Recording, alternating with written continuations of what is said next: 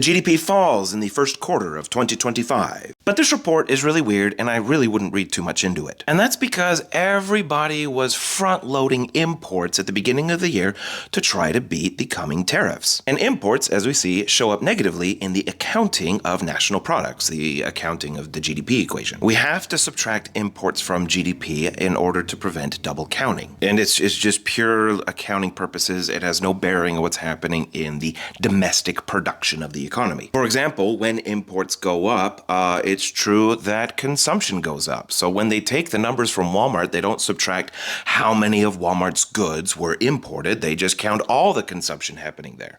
But presently, consumption has gone up some, but the big one are business inventories. When business inventories go up, we count that as investment. That's what the I stand for. So the I is investment, not inventories. And it went up a bunch. The change in private inventories for real GDP grew quite a bit, 2.5%. Now, the reason I say it's a little weird is because the fall in net exports is usually equally offset by either an increase in inventories or an increase in consumer spending. But if you look at consumer spending of goods, just right here, it didn't go up by that much. Most increase in consumer spending has been in services. I mean, let's just back up and talk tariff timeline. Liberation Day was April 2nd. That's in the second quarter of 2025. What were the tariffs applied in the first quarter? Well, the first month was under the Biden administration, and we had some tariffs placed in February on Canada and Mexico, but then they were pulled back.